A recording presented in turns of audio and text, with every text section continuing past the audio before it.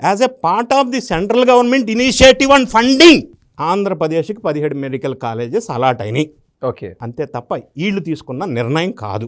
రెండో అంశం, ఇప్పుడు జగన్ రెడ్డి గారు 17 మెడికల్ కాలేజ్ పెట్టా అన్నారు. అందులో పెట్టింది ఆపరేషన్లోకి వచ్చేటట్టుగా తీర్చిదిద్దింది ఒక 5, 4. ఓకే, మిగతా 10 మెడికల్ కాలేజెస్గా చెప్పబడుతుంది. ల్యాండ్ ఉంది, పిల్లర్స్ ఉన్నాయి, ఇది ఏమంటారు బేస్మెంట్ ఉంది, ఓకే, అంతకు మించి ఏం లేవు. అదే ఈ మధ్య 4 రోజుల నుంచి అన్ని విజువల్స్ ట్రోల్ అవుతూ ఉన్నాయి, అది వాస్తవమే. సో నేను ఇంకా దాని జోలికి వెళ్ళటంలా.